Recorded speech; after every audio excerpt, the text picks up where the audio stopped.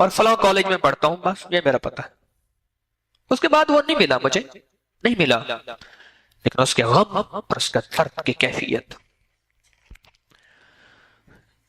بتا رہی تھی۔ وہ دنیا کا بے سہارا انسان ہے جو کہ ہیبت کے اعتبار سے بہت زبردست ہے، لیکن وہ دنیا میں ٹوٹا ہوا ہے، اندر سے بکھرا ہوا ہے۔ آباد گیا تو وہاں ایک صاحب سے ملنے کے لیے، انہوں نے کہا جی مسجد میں گئے ہیں۔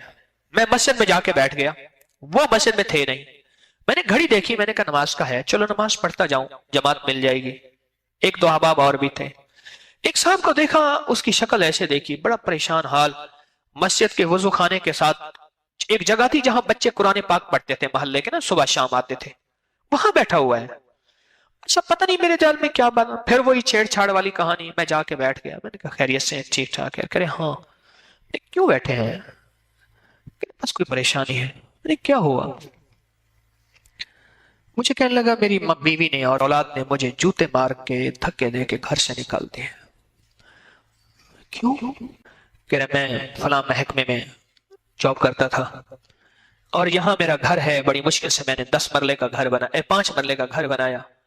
اب وہ کہتے ہیں اس گھر کو بیچ میں بزنس کرا، اور میں پہلے اپنی ساری جمع پوچھی اپنی اولاد کو، بیوی کو دے چکا ہوں، اور وہ ختم۔ اب آخری رہس ہے کہ یہ سہارا باقی ہے، یا میری پینشن آتی ہے اور میں ان پہ خرچ کرتا ہوں۔ اب مجھے مارا ہے انہوں نے، اور مار کے مجھے دھکے دے کے نکال دیا ہے کہ اس گھر کو ہمارے نام کر، بیچ، اور اس گھر کو ہم کھائیں بزنس کے نام۔ میں کیا کروں؟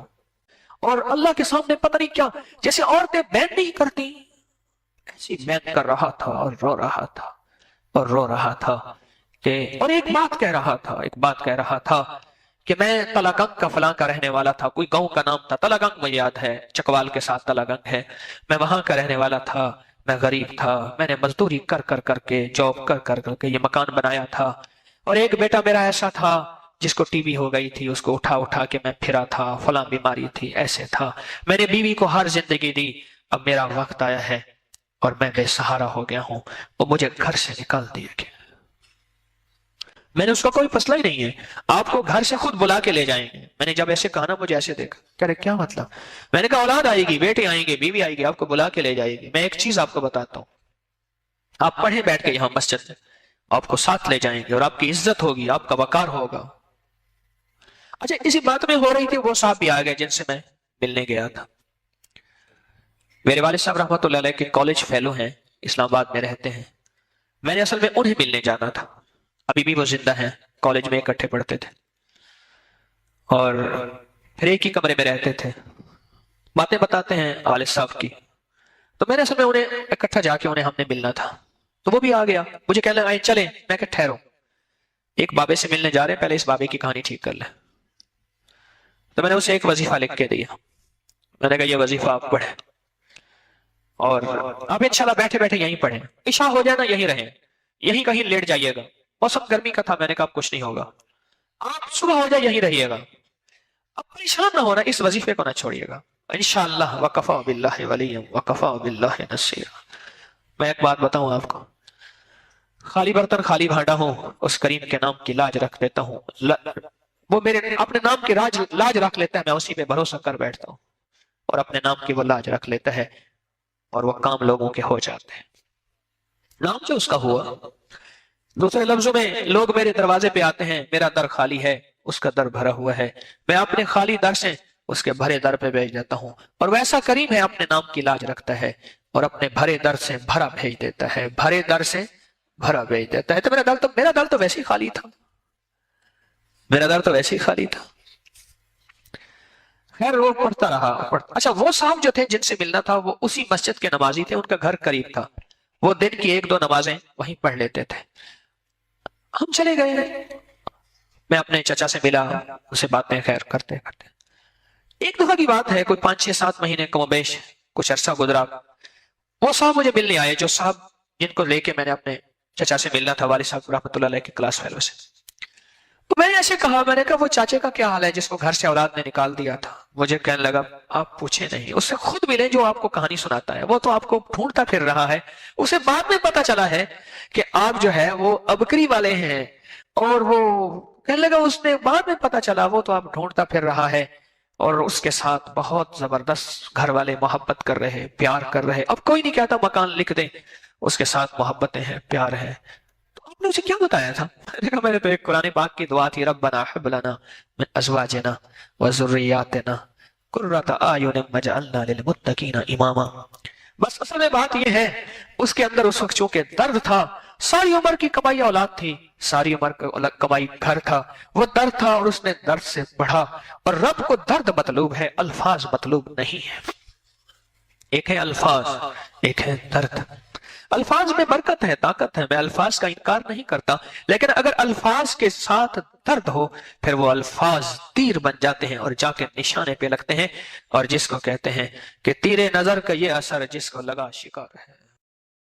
وہ طاقتور چیز ہے جو 7 نسلوں کو کھلاتی بھی ہے، پلاتی بھی ہے، سکون کی نیند سلاتی بھی ہے، اچھا لباس پہناتی بھی ہے، عزتوں کے تاج سر پہ رکھواتی بھی. نوری لقمہ اپنی زندگی کی ضرورت بنا لیں، پھر کیا ہوگا؟ سورۃ فاتحہ کی آیات 7 ہیں. اللہ 7 آسمان اور 7 زمین کی جتنی بھی برکات ہیں، برکات من السماوات والارض، اللہ 7 آسمان اور 7 زمین کی ساری برکات اس کو عطا کر دے گا، اور لوگوں کو پتہ ہی نہیں ہوگا کہ یہ بندہ کتنا مالدار ہے. روحانیت کی طاقت اور روحانیت میں کتنا آگے ہے کوئی پہچان بھی نہیں سکے گا کہ روحانیت میں یہ بندہ کتنا آگے ہے اور کتنا آگے سے آگے بڑھ گیا ہے، کسی کو علم بھی نہیں ہوگا. نوری لقمہ اپنی زندگی کی مجبوری بنا لے اور نوری لقمہ اپنی زندگی کی ضرورت بنا لے، پھر دیکھیں کمالات. کیوں؟ فرمائے جو سارے قرآن میں ہے، جو سارے قرآن میں ہے، جو سارے قرآن میں ہے، آنکھیں کھل جائیں. یہ سورۃ فاتحہ نماز کھانے کے دوران پڑھنے والا یہ اہل نظر میں ہے، اس کی نظر وسیع ہو جاتی.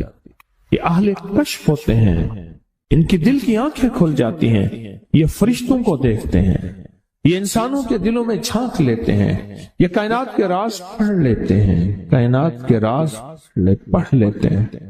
یہ اللہ پاک ان کے سامنے جنات آنکھوں سے دکھاتا ہے، حتیٰ کہ یہاں تک کہ اللہ قبر کے راز بھی ان کے اوپر کھول دیتا ہے. نوری لقمے کا اثر یہ ہے، دل کی آنکھیں کھل جاتی ہیں، دل کی آنکھیں کھل جاتی ہیں، دل کی آنکھیں کھل جاتی ہیں. یہ نور لقمے کی تاثیر ہے. چہرے کی آنکھیں تو سب کے پاس ہیں، دل کی آنکھیں سب کے پاس نہیں. دل کی آنکھیں سب کے پاس نہیں، چہرے کی آنکھیں سب کے پاس ہیں، دل کی آنکھیں سب کے پاس نہیں. نوری لقمے کی یہ تاثیر ہے کہ دل کی آنکھیں کھل جاتی اور دل کی دنیا آباد اور دل کی دنیا شاد اور دل کا وہ بندہ بامراد بن جاتا ہے جو نوری لقمے اپنی زندگی میں شامل کرتا ہے. اور نوری لقمے سورۃ فاتحہ اور کتنی بار؟ اچھا، یہ سورۃ فاتحہ بیماریوں کا علاج. صحابہ کرام فرماتے ہم جا رہے تھے، کوئی ایک سردار تھا، اس کو بچھو نے کاٹ لیا اور اس کو چیخ رہا تھا بیچارہ. فرمایا سانپ کا کاٹا سوئے، بچھو کا کاٹا روئے. میرے پاس ایک سانپ کا کاٹا آیا تھا، غنودگی میں تھا، وہ بہت غنودگی میں سے سوتا تھا، اور میں نے کہا اس کو سونے نہ دے. خیال نہ کیا انہوں نے، ادھر سے ہٹا تو بندہ ختم ہو گیا، سانپ کا کاٹا.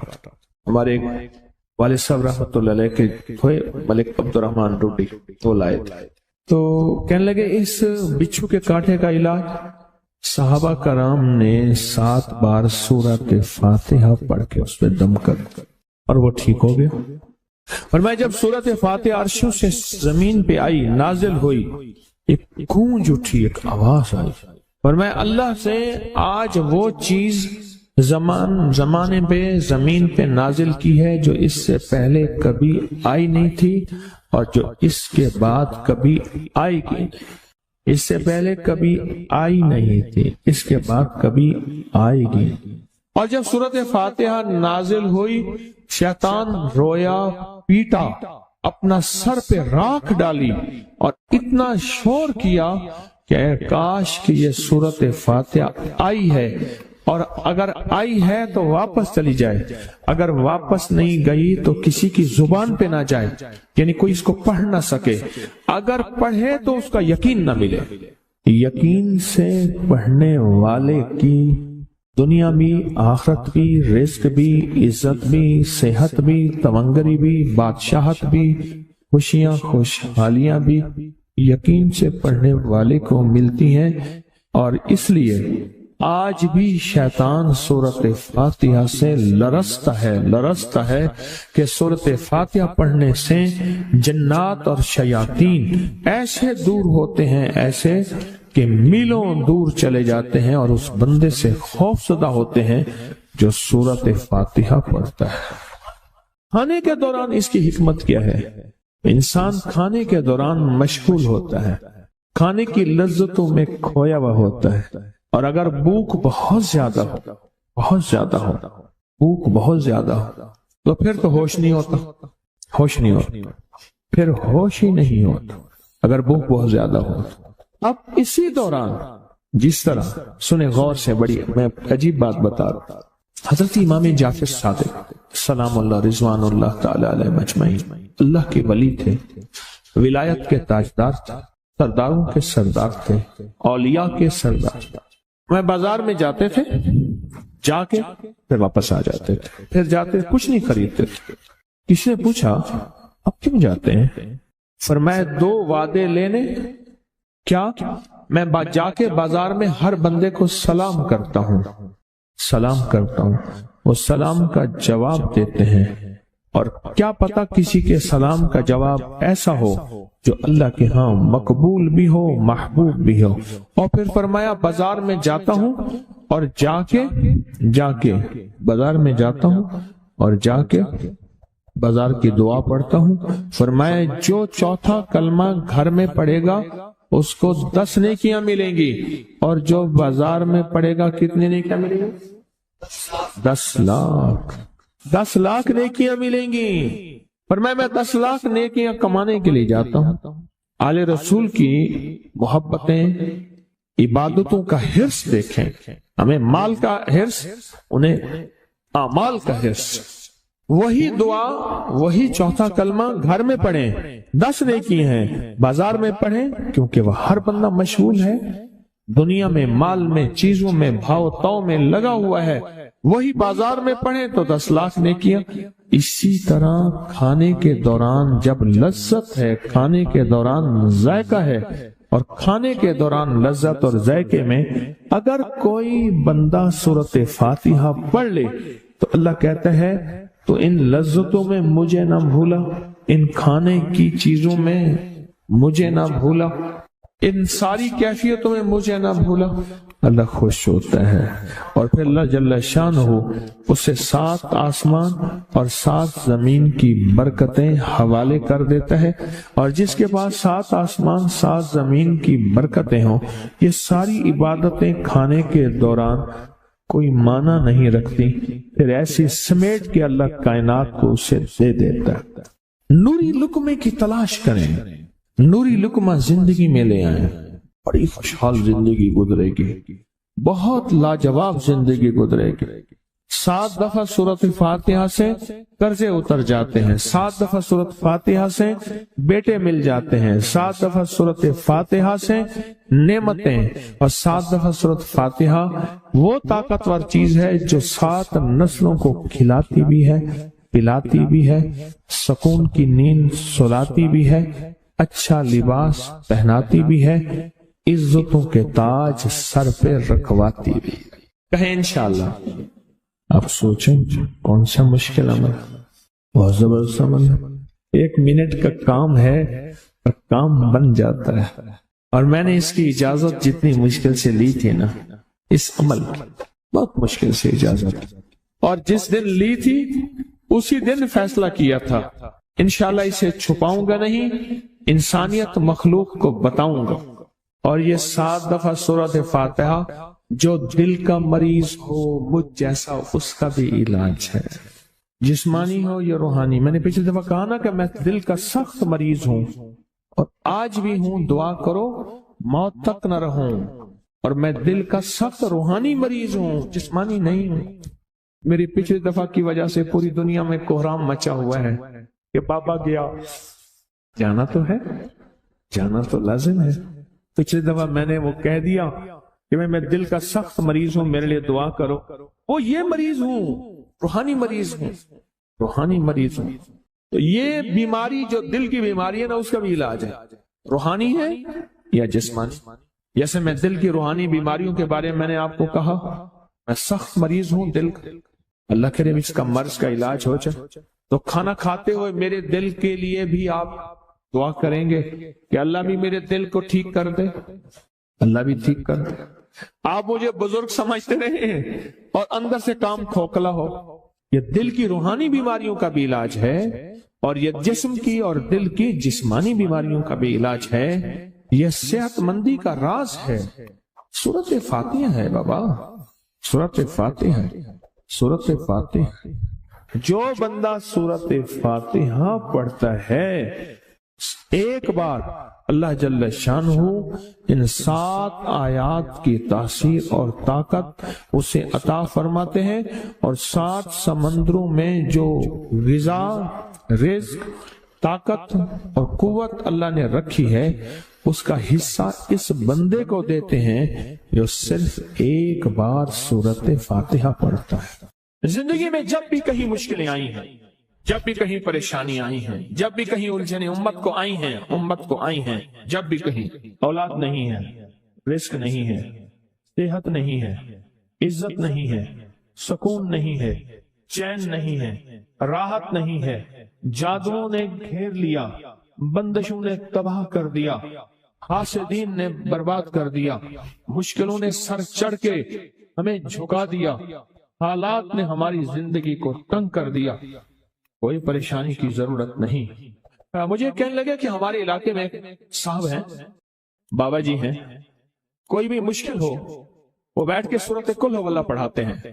ان کے پاس 7 کھانے لے جانے پڑتے ہیں، 7 کھانے لے جانے پڑتے ہیں، وہ سورۃ قل ہو اللہ پڑھاتے ہیں بٹھا کے بندوں کو، اور ان کے لیے کھانے ضروری ہیں، کھانے اچھے ہوں، ایک سوٹ ہو، 7 کھانے ہوں، ایک خوبصورت تکیہ ہو، ایک کھیس اچھا بہترین بچھونا ہو، ایک بسترے کی چادر ہو، اور 7 کھانے ہوں۔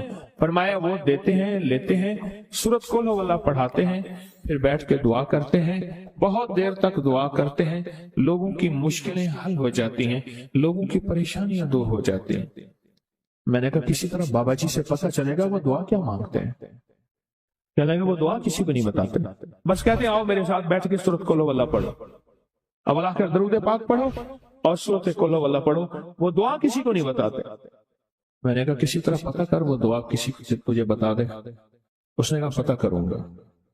کچھ عرصے کے بعد بندہ مجھے ملا، آتے ہی کاغذ دیے، اور کاغذ دے کے مجھے کہنے لگا آپ کو یاد ہے آپ نے میری ایک ذمہ داری لگائی تھی، اور وہ ذمہ داری یہ لگائی تھی کہ ایک ہمارے ہاں بابا جی ہیں، ان کے پاس کوئی دنیا کی مشکل، پریشانی، الجھنیں، ناکامیاں، حالات، مسائل، بے اولادی، جادو، جنات، اثرات، بندشیں، کوئی بھی ہے، وہ مسئلے حل ہوتے ہیں، لیکن ان کی شرطیں یہ ہیں، خوبصورت تکیہ لیتے ہیں، بہترین سوٹ لیتے ہیں، بستری کی چادر لیتے ہیں، ایک کھیس یعنی پورا بستر لیتے ہیں، اور کہا اگر سردیاں تو ایک خوبصورت رضائی بھی لیتے ہیں، اور 7 رنگ کے کھانے لیتے ہیں، عطر کی خوشبو لیتے ہیں، یہ لیتے ہیں، یہ لیتے ہیں۔ وہ پھر آپ چھوڑ کے آ جائیں وہ ان کے ہوتے ہیں، بس آپ کو وہ دعا دے دیتے ہیں اور بٹھا کے سورۃ قل ہو اللہ پڑھتے ہیں۔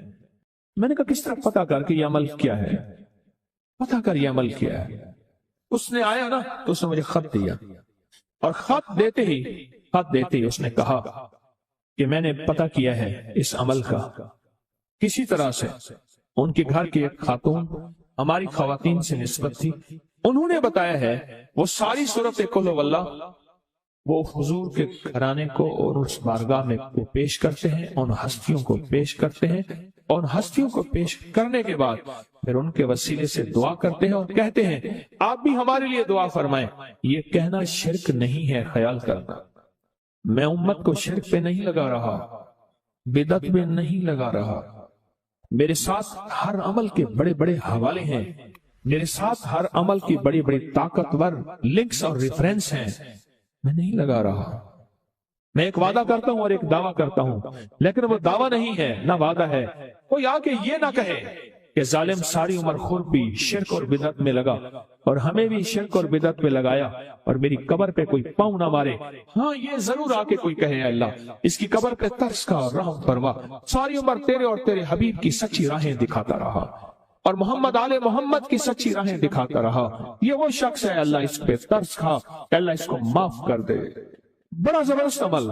مجھے آ کے جب کاغذ دیا نا، کاغذ میں دیا تو انہوں نے کہا کہ خواتین کے ذریعے ہمیں جو پتہ چلا، اور وہ پتہ یہ چلا کہ موصوف حضور کے گھرانے کو یہ ساری سورت اخلاص، ساری سورت قل هو اللہ، یہ درود، یہ عمل ہدیہ کرتے ہیں اور حضور کے گھرانے کو ہدیہ کر کے پھر ہماری مشکل کی دعا کرتے ہیں اور بہت گڑ گڑا کے دعا کرتے ہیں اور پھر ان کو ہدیہ دے کے عرض کرتے ہیں آپ بھی ہمارے لیے دعا فرمائیں، اور بہت دیر تک پھر آمین کہتے ہیں، آمین۔ اور اس تصور کے ساتھ، یہ تصور ذرا غور سے سنیے گا توجہ سے، اس تصور کے ساتھ کہ وہ ہستیاں میرے لیے دعا کر رہی اور میں آمین کہہ رہا اور اللہ کی بارگاہ میں ان کی دعائیں قبول ہو رہی اور اللہ کی عرشوں پہ دعائیں پہنچ گئیں اور جبریل لے کر چلے گئے، اللہ کے حضور دعا رکھی گئی اور اللہ نے اپنی طاقت اور قدرت کی مہر قبولیت کی لگا دی۔ کہا یہ عمل ہے۔ ان کو ہدیہ کرتے ہیں، میں پھر دہرا رہا ہوں، غور سے سنیے گا، ان کو ہدیہ کرتے ہیں، ان کو ہدیہ کر کے ان کے وسیلے سے دعا کرتے ہیں، پھر ان کو دعاؤں کا عرض کرتے ہیں آپ بھی دعا فرمائیں، آپ بھی دعا فرمائیں، اور ان کو دعاؤں کا عرض کرتے ہیں اور پھر ان سے دعائیں لیتے ہیں اور بہت دیر تک آمین اس نیت سے کہتے ہیں کہ وہ دعا فرما رہے ہیں اور ہم ان کی دعاؤں پہ آمین کہہ رہے ہیں۔ یہ ہمارے اکابر کا عمل ہے، یہ ہمارے بڑوں کا عمل ہے، یہ ہماری بڑی بڑی ہستیوں کے عمل ہیں۔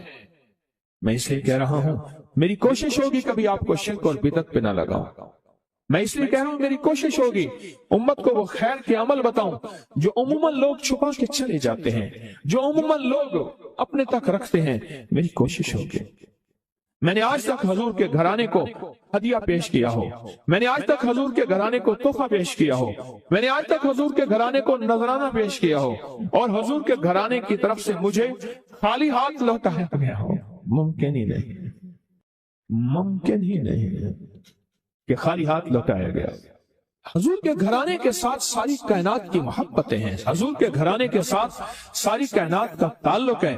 اور یاد رکھنا انسان بعض اوقات اپنا غم برداشت کر جاتا ہے، اپنی اولاد کا غم برداشت نہیں کرتا، اور بعض اوقات اپنے معاملے میں معاف کر دیتا ہے، اولاد کے معاملے میں بہت غم دل کو کھا جاتا ہے۔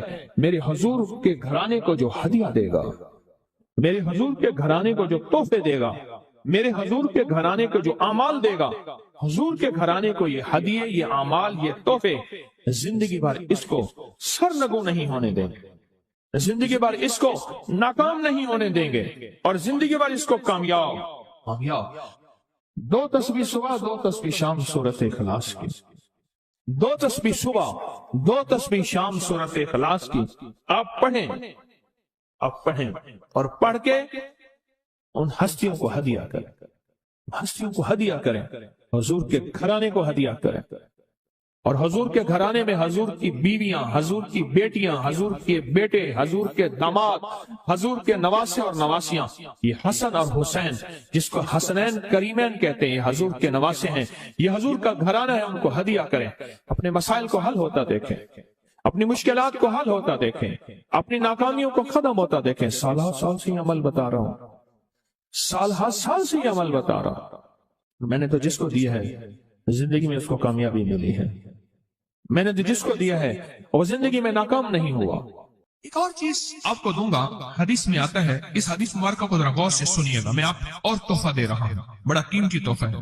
حدیث میں آتا ہے کہ قرب قیامت میں سال ایسے گزریں گے جیسے مہینے، اور مہینے ایسے گزریں گے جیسے ہفتے، اور ہفتے ایسے گزریں گے جیسے دن، اور دن ایسے گزرے گا جیسے شرارہ، چنگاری، آگ جلائے نا آگ، اس میں سے ایسے ایک چھوٹی سی چنگاری اوپر جاتی اور بجھ جاتی۔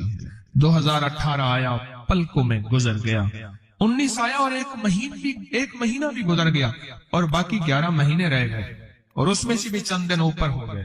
اگر آپ چاہتے ہیں وقت کی برکت، دنوں کی برکت، زندگی کی برکت اور لا علاج بیماریوں سے چھٹکارا۔ تو آج ایک ٹوٹکا بتاتا ہوں، جو بندہ یہ چاہتا ہے کہ اس کے وقت میں برکت ہو، سنیں غور سے۔ عمر صحت مند چاہتے ہیں، لمبی عمر چاہتے ہیں یا مختصر وقت میں برکت چاہتے ہیں؟ میں حیران ہوا، حضرت حکیم الامت رحمت اللہ علیہ کے خلیفہ، ان کا مزاج تھا کہ جب خط ان کا مرید ان کو لکھتا تھا تو اسی خط کی بیک پہ مختصر سا جواب لکھ کے بھیج دیتے تھے۔